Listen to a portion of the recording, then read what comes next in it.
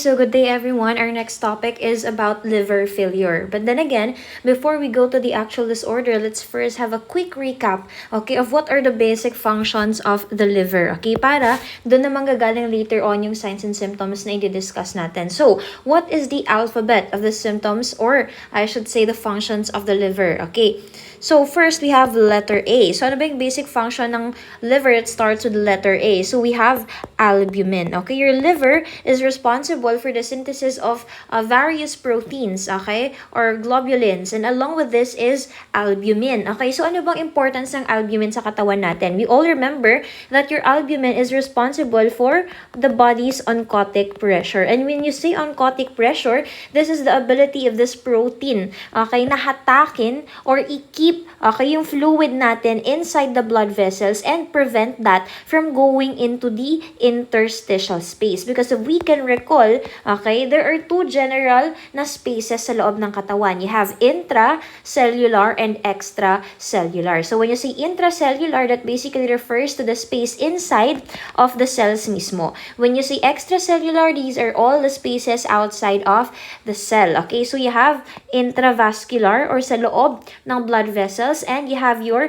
interstitial space. So these are, okay, the basic spaces in our body. So when you say oncotic pressure, that fluid or that albumin is keeping, okay, the fluid inside your blood vessels from leaking into the interstitial space. Okay, next you have your ano pa ang importanteng function ng liver that starts with letter A? We have your ammonia. Okay, ano ang ginagawa ng liver with your ammonia? Your liver, okay, supposedly synthesizes or turns ammonia into urea. Tama? And this is supposedly to be excreted, okay, properly by the body, okay, in the form of urea. Next, you have letter B. Ano ang function ni liver that starts with letter B? You have a bile production. Your bile is actually important, okay, for emulsification of fats. Anong ibig sabihin yan? Okay? Ibig sabihin, it helps in breaking down, okay, fat molecules. Kasi malalaki ang fat molecules, and yung mismong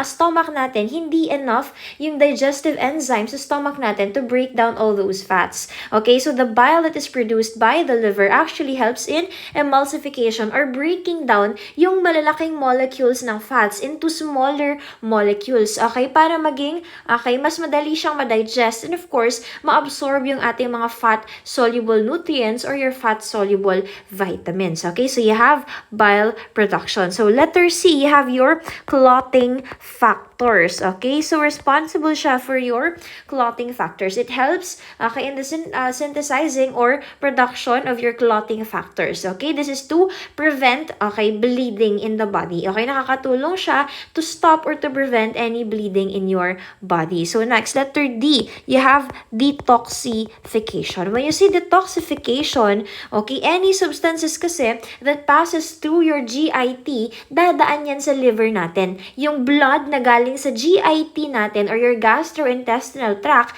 dadaan yan kay liver for detoxification. Ibig sabihin, when you take in substances or food, parang i-filter muna yan ng liver. Iti-trim down yan, whether that's a medication or a drug or that's any substance na in-ingest mo. Okay, yung mga substances na dumadaan sa GIT, i-filter yan ng liver. Okay, for example, alcohol. Okay, your liver will detoxify that alcohol that you consumed para maging less toxic siya once nag-circulate yung alcohol na yan or pag tinake up na siya ng katawan natin. So, detoxification of the blood. Okay, so letter E, your liver is actually also, it helps in terms of sa hormones. Okay, so what is our particular na focus na hormone dito? We have your estrogen. Okay, it actually helps in eliminating estrogen or controlling or regulating estrogen. Okay, so letter F, you have fibrinogen. Okay, fibrinogen.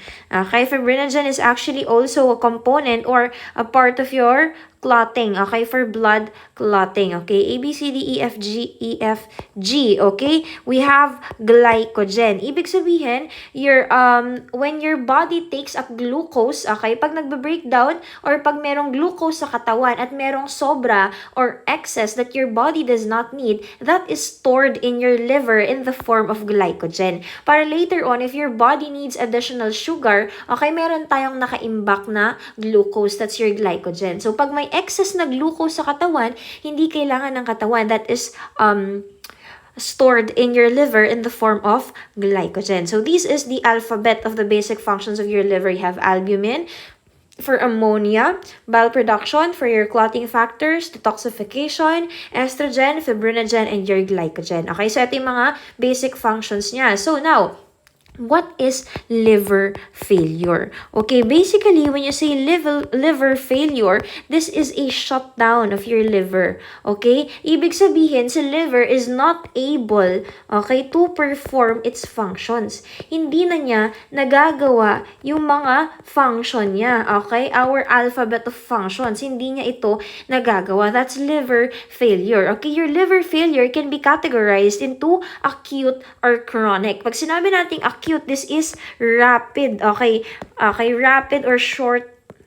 Okay, we can say short term para. Okay, rapid. Masyado siyang mabilis na nangyayari. Okay, too fast. It happens quickly or fast. Mabilis siyang nag-develop. Okay, usually when you see acute liver failure, this happens because of an overwhelming cause. Okay, masyadong malaki or malala yung naging cause.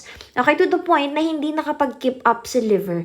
Okay, that's why it becomes or it fails. Okay, nagkakaroon siya ng shutdown. Okay, but when you say chronic, this is gradual. Okay, dahan-dahan siyang nagde-develop over time. Okay? Ibig sabihin, because everyone, your liver has the ability to regenerate. Okay, if pag nagkaroon ng problems with the liver, kaya niyang i-regenerate yan. Kaya niyang i-repair yung tissue. So, in your chronic, okay, ibig sabihin yan, your liver has already been trying to regenerate and repair itself until eventually, hindi na niya kaya. Okay? Or masyado nang overwhelming your damage. Okay? That's why it eventually leads to chronic liver failure. But in acute, okay, masyadong overwhelming yung cause. Kaya hindi na nakapag-keep up si liver. It didn't have enough time to regenerate or repair itself. Kaya siya nag-shutdown, which eventually leads to your liver failure. So, what are the different causes of liver failure? Okay, first, you have trauma, physical trauma, okay, which na-discuss na natin dati kung anong trauma. Next, you have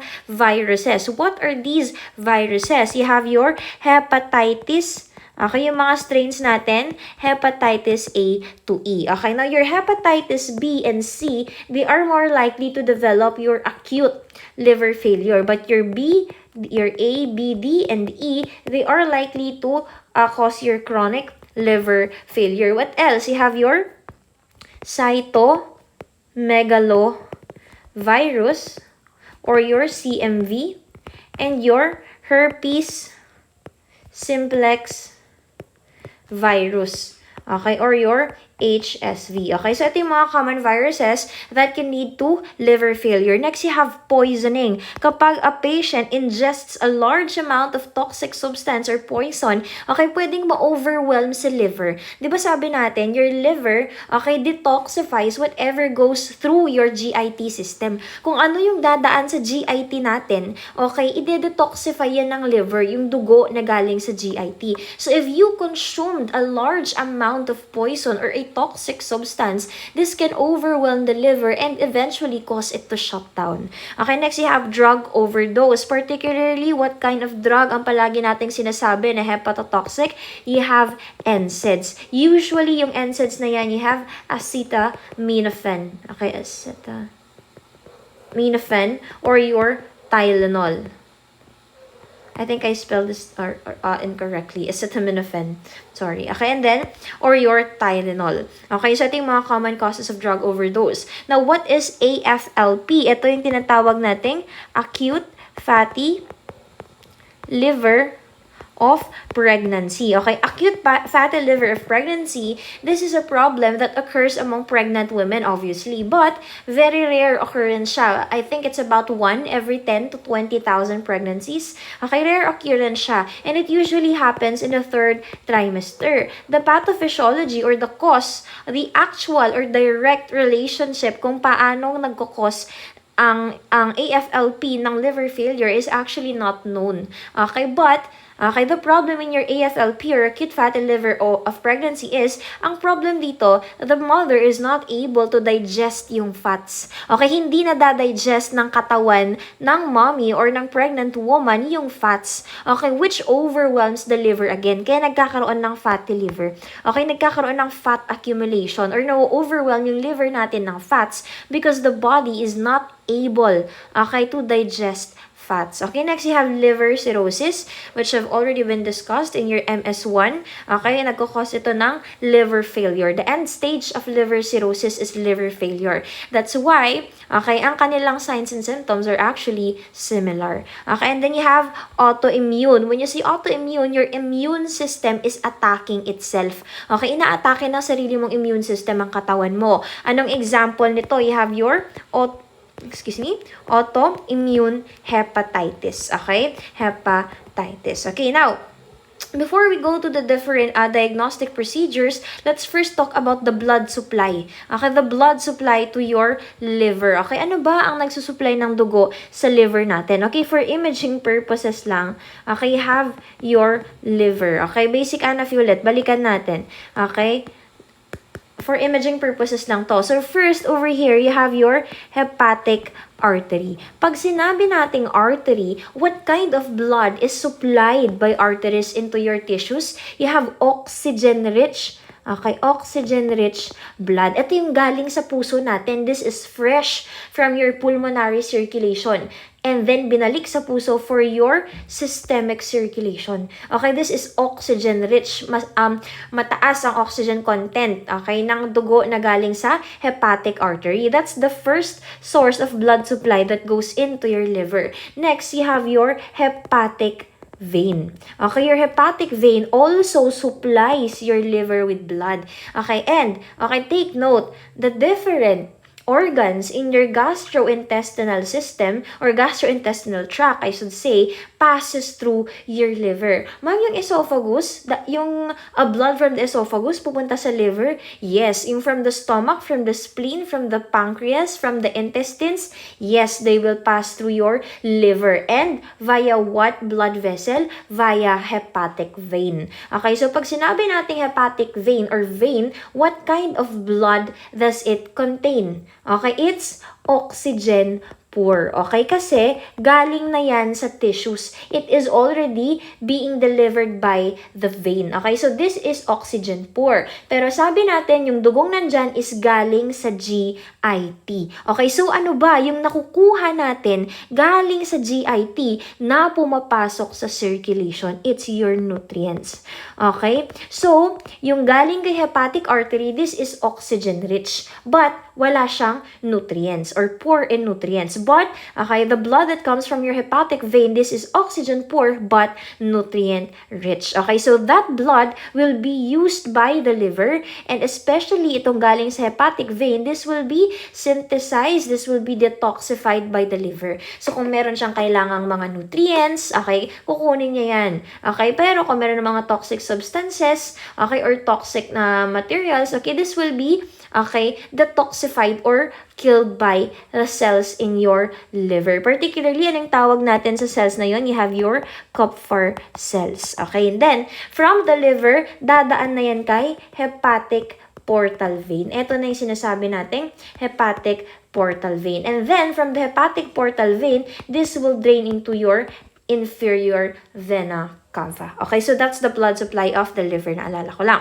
Okay, next, you have what are the different diagnostic procedures for liver failure. Of course, you have your imaging tests. Like what? Pwedeng MRI, pwedeng ultrasound. Okay, these are examples of the imaging tests that can be used to visualize the liver. Next, you have liver biopsy. In liver biopsy, this is where we get a small tissue sample. Okay, kukuha ng tissue sample sa mismong organ organ sa mismong liver, and that tissue sample will be analyzed. Okay, next you have liver function test. Okay, this is where we check for liver enzymes. See, liver function test. Ano yung mga enzymes nito? You have your AST or your SGOT and your ALT or your SGPT. Okay, take note, yung AST or your SGOT can also be seen in other SGPT in other muscles of the body kapag merong damage. But your ALT or your SGPT is more liver specific. But both of them are actually being analyzed for liver function test. But your ALT or your SGPT is more liver specific. So what is the normal value of your AST? It's 0 to 35 milli international units per liter, and your ALT is 0 to 45 milli international units per liter. Para hindi nyo sila mapagbaliktad, SSS for smaller. Okay, so mas maliit siya or mas onti siya. You have 0 to 35. ALT, LLL, larger. Okay, mas malaki siya. 0 to 45 milli international units. Okay, now, pag if equal sila or around the same percent, okay, yung elevation nilang dalawa, if equal ang elevation nilang dalawa, that's non-alcoholic ang cause ng liver failure. But if your ALT is twice, okay, ALT is twice ng SGPT or if twice ang elevation ng ALT compared to your AST, this is alcoholic ang cause. Okay? Pag equal ang elevation nilang dalawa, that's non-alcoholic. Pag twice ang elevation ng isa, okay, that's alcoholic. Okay, that's your liver function test. Okay, along with that, actually, other tests that are being used for liver failure is we check for, okay, nagkakaroon tayo ng CBC, okay, or checking of your blood. What else? You have clotting time. Tama? You have to check for clotting time. Okay, and then, what else yung sinabi natin na pag-check natin nung fluid na nasa peritoneum? I've mentioned this in our previous discussion. You have SAAG. Tama? If your SAAG is less than 1.1. Tama? That is liver problem. Kasi pag greater than 1.1, that's heart failure. Okay? Oh, by the way, I'm sorry. Diba? Include natin siya dito sa causes. Your right-sided heart failure. Okay, see, liver failure. So, those are the different diagnostic procedures for your liver failure. Now, pag-usapan na natin, what are the different signs and symptoms of liver failure? Simulan natin, isa-isahin natin yung functions niya. Albumin for oncotic pressure. So, ano ngayon ang magiging signs and symptoms natin? If there is a problem with albumin, your patient could have edema, your patient could have ascites. Tama? Your patient could have edema, your patient could have ascites. Next, you have ammonia. Okay, ang problema dito, your ammonia is supposedly excreted. Tama? Dapat nasi-synthesize siya into urea para mailabas siya sa katawan. Now, the problem is, hindi siya, okay, nailalabas sa katawan. Okay, so what happens here is, there is increased serum ammonium levels. Ngayon, what is the danger in, okay, an increase in serum ammonium levels? Anong problema pag nag-increase ang serum ammonium levels? The problem there is if, diba, alam naman natin that your blood circulates all throughout your body. Okay, ang dugo mo, dadaanan niya lahat ng parte ng katawan mo. Now, the problem is if that blood circulates into the brain. Okay, increased serum ammonium, once that circulates into the brain, this can cause what we call your hepatic encephalopathy. Okay, now, how will you know that your patient is developing hepatic encephalopathy? encephalopathy if your patient has changes in mental status or levels of consciousness. Pag biglang ang pasyente mo naging disoriented or confused or suddenly they're agitated, they're lethargic, they're sleepy, they're irritable, okay, or disoriented, confused, this could be a sign of hepatic encephalopathy. But what is, okay, the hallmark sign of hepatic encephalopathy? We have what we call your asterexis. What is asterexis? There is an abnormal tremor ng kamay, okay, or this is what we call your floppy hand tremors. Okay, parang nagfa-flap yung kamay ng patient involuntarily. The hand of the patient will flap. Pag hinayaan mo siya, you ask them to hold out their hands and their palms specifically, nagfa-flap yung hand nila or yung palm nila. That's asterexis. Okay, that is a sign of hepatic encephalopathy. Okay, now let's proceed to your bile. Oh, what is the problem with bile? Okay, so nangyayari dyan, okay, once there is liver failure, that bile along with the bile salts can actually, okay, accumulate underneath the skin. Kasi nga sobra-sobra siya sa dugo. Okay, so what will happen? That bile or that bile salts will later on leak, okay, into the interstitial spaces. Kasi sobra-sobra na siya sa dugo. So that will manifest as number 1, jaundice or the yellowish discoloration of skin. Because bile, okay, this is a pigment. Yellowish pigment siya. So pag siya nag-accumulate sa ilalim ng balat, your patient will look yellowish. Okay, that is referred to as jaundice. Saan natin unang-unang nakikita ang jaundice? Sa sclera. Okay, sclera of the eyes. Okay, ito yung puting portion, okay, or the clear or the white portion of the eyes. Okay, dyan natin usually unang nakikita. And then, sa skin. What else? You have pruritus. What is pruritus? Nangangati ang balat ng pasyente natin even if they don't have rashes. You won't see rashes in that patient but they will have very itchy skin because bile salts are itchy. Okay, so you have jaundice, you have pruritus, you have problem with fat. Okay, fat digestion. Your patient could have problems with fat digestion. So, ang pasyente natin, pwede siyang magkaroon ng tinatawag nating steatorrhea. Okay, pwedeng pag tinignan natin yung poop ng patient, there's still fat in there kasi hindi siya nadadigest ng tama. Okay, or your patient could have a problem with the absorption of your fat-soluble vitamins. What are these fat-soluble vitamins? You have your A, D, E, and K. Okay, you have vitamins A, D, E, and K. Okay, so, especially, pinaka-importante dito, you have your vitamin D and your vitamin K. Si vitamin D, this is important for calcium absorption. Okay, yung dalawang yan, si calcium at si vitamin D, nagtutulungan yan sa isa't isa. Okay, so if there is a problem with vitamin D or a problem with calcium, there could be a problem in general. Okay, kasi related sila sa isa't isa. They have a direct relationship. Okay, so that could manifest as bone problems. Okay, pwede magkaroon ng bone problems ang pasyente. Okay, pwede sila magkaroon ng bone problems. And then, what is the function of vitamin K in the body? It helps in clotting. Okay, your vitamin K. Okay, so pwede magkaroon ng bleeding problems ang patient. Okay, so you have bile. Next, you have your clotting factors. Okay, clotting factors.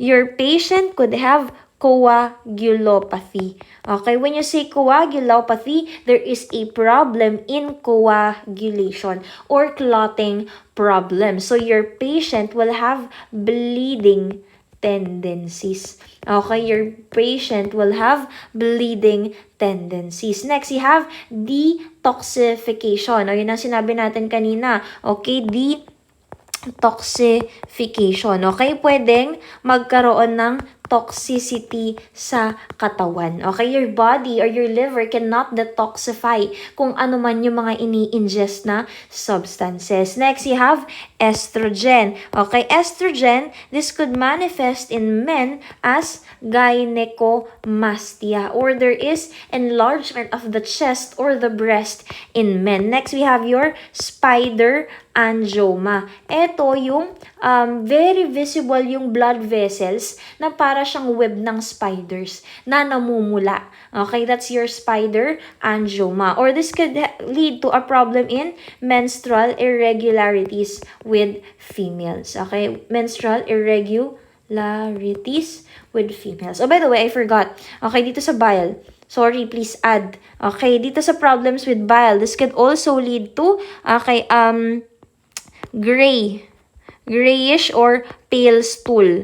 Okay, kasi sabi natin, your bile has a yellowish pigment, siya yung nagkukos ng kulay sa tae na brownish or yellowish. So if there's a problem with bile, pwedeng maging grayish or pwedeng maging pale yung tae. Next, pwedeng dark or tea-colored urine. Okay, bakit naman nangyayari yun? Kasi sobrang taas ng bile, okay, sa ating dugo. So eventually, that will go to the kidneys and your kidneys will try to filter that bile.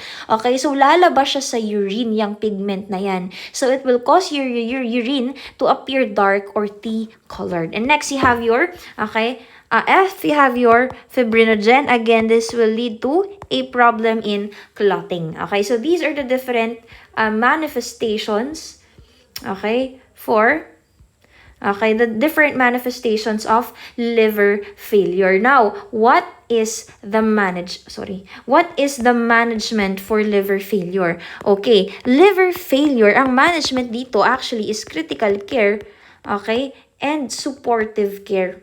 Okay, critical care or supportive care or symptomatic. Kung ano yung na-experience sa patient na symptoms, of course, we have to address that. And yung critical care, this is most especially for acute liver failure. That's an emergency kasi masyadong mabilis yung pangyayari. Okay, it is a very rapid shutdown of the liver. Okay, and of course, supportive care because we can expect na magiging long-term ang care natin for patients with liver failure, especially the ones with chronic, okay, mga chronic liver failure. Okay, so your management is critical care, supportive care, or symptomatic. But ang pinaka-definitive na management for liver failure is actually liver transplant. But the problem with transplants is it could possibly lead to organ rejection. Baka mag-react ang katawan. Bakit? Okay, why? Because your body has this innate function, tama? Yung immune function natin na kapag merong outsider, kumbaga, or substances that comes from the internal environment that goes inside your body, it is your body's innate nature to protect your body from external substances, especially yung mga tingin ng katawan mo ay harmful. Now, an organ transplant, can it be considered as an outsider by your body? Yes or no? Yes. And your body will attack that organ if okay, hindi niya tanggapin yung organ na yan. That's why transplants are not usually recommended. But of course, ito kasi yung definitive na treatment for liver failure. Okay, now, let's go back into these, okay, itong mga manifestations para alam natin kung ano ang magiging management. You just write it down dito, separately. Okay, ilagay nyo na lang din dito yung ibang management or nursing responsibilities. Babalikan ko lang to kasi ito yung ima-manage natin. Okay, so you have edema and ascites. Of course, what's the nursing management here? What's your management here? Of course, you have to decrease oral fluid intake. Okay, they could also be given with diuretics. Okay, you have daily weights. Next, na-explain na natin itong daily weights. Okay, you have decreased sodium intake. Sorry na ulit. Okay, decrease sodium intake but not necessarily cut off sodium. Okay, hindi natin totally tatanggalin ang sodium sa katawan ng patient. Okay, you have decreased oral fluid intake, you have diuretics, daily weights, decreased sodium intake, and of course, elevation. Okay, elevate natin yung mga parte ng katawan natin that is experiencing edema. Okay, to help in blood return. Okay, for drainage of that blood. Next, you have for ammonia, we have the medication lactulose. Okay, so how does lactulose actually help in decreasing ammonia or decreasing serum ammonium and preventing hepatic encephalopathy? Okay, so your lactulose actually has two important functions. Number one, your lactulose actually has a laxative property. Okay, laxative or stool softening property. Okay, ibig sabihin, your lactulose actually speeds up peristalsis and pinapalambot niya yung tae. Okay, by adding fluid, okay, dun sa taing yun. Okay, so it could help in peristalsis and help in softening the stool. Next, tatlo pa lang function niya, sorry. Okay, so laxative or stool softening. Number two, it actually draws in ammonia from the circulation pabalik sa loob ng colon and prevent that ammonia from going back into circulation. Okay, so your lactulose, hinahatak niya yung ammonia, okay, sa loob, okay, from the circulation papunta kay colon or sa intestines and prevent that ammonia from going back into circulation. And next, okay, si lactulose kasi, this could be, pag nasa stomach na siya or nasa intestine, this is broken down into lactic acid. Okay, volatile yung acid na yan, which can cause, okay, the decrease, okay, or, which can cause the decrease of the bacteria in your gut that actually, okay, synthesizes or is one that produces or causes yung formation ng ammonia. Okay? So, those gut bacteria actually synthesizes protein. Okay? Kasi si ammonia is a byproduct of protein breakdown. So, yung gut bacteria na yan or those bacteria from the intestines, okay, dinidecrease din siya ng lactulose. Okay? Para ma-decrease din yung ammonia or yung protein na nako-convert into ammonia. Okay? So, that's the function of your lactulose. Now, okay. Next, you have, okay, you can give them calcium. Pwede silang bigyan ng calcium supplements. You have to monitor them for bleeding. Okay, along with this one, you have to monitor for signs and symptoms of bleeding. And they can actually be receiving blood transfusions. Okay, diba? Because you have different components na pwedeng i-transfuse via BT. Okay, pag sinabi nating BT, hindi lang yung literal na RBC ang binibigay pag blood transfusion. There are different types of, okay, there are different types of blood components that can be administered, okay, via blood transfusion. Okay, next. Sorry na parang nahano ko si jaundice. Okay, what could be the problem on or what could be our management when it comes to jaundice? Pwede tayong magbigay ng IV therapy. Okay, for dehydration, we have to hydrate our patient. Pwede silang phototherapy, okay, to help with breakdown of bilirubin. Okay, and of course, pwede ring exchange transfusion kapag severe cases. Okay, exchange transfusion. Okay? Next, okay. We have,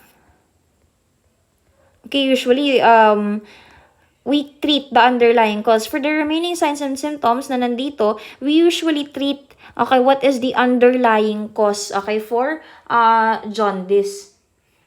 Okay, when it comes to management. Wait lang, sorry, I'm getting distracted. May nag-message lang saglit.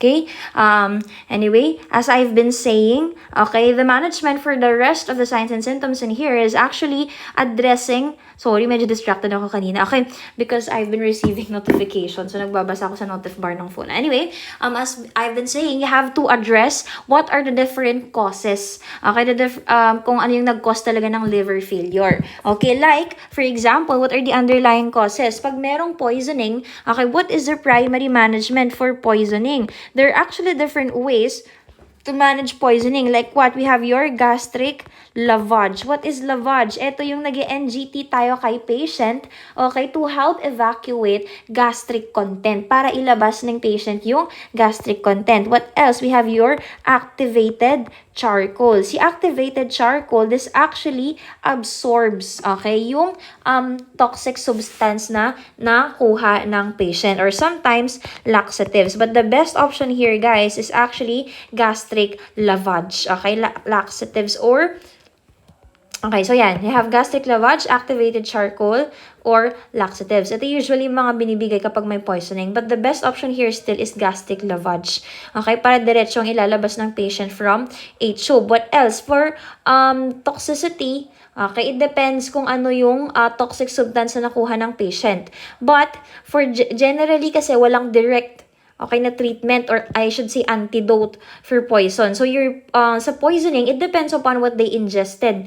Okay? Kung meron mang direct antidote. But sabi natin kanina, for toxicity, ano yung primary na nagkukos ng toxicity sa liver? It's your acetaminophen or your Tylenol. So ano ang antidote? Okay, what is the antidote for acetaminophen toxicity? Okay, you have your N-acetyl, sorry, wrong spelling. Your N-acetylcysteine. Okay, that's your antidote for toxicity ng acetaminophen. Okay, how about for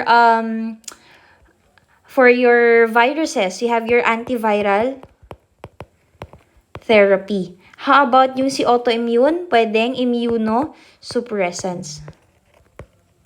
Okay? So these are your managements when it comes to patients with liver failure. Okay? So that's it for liver failure. Thank you, everyone.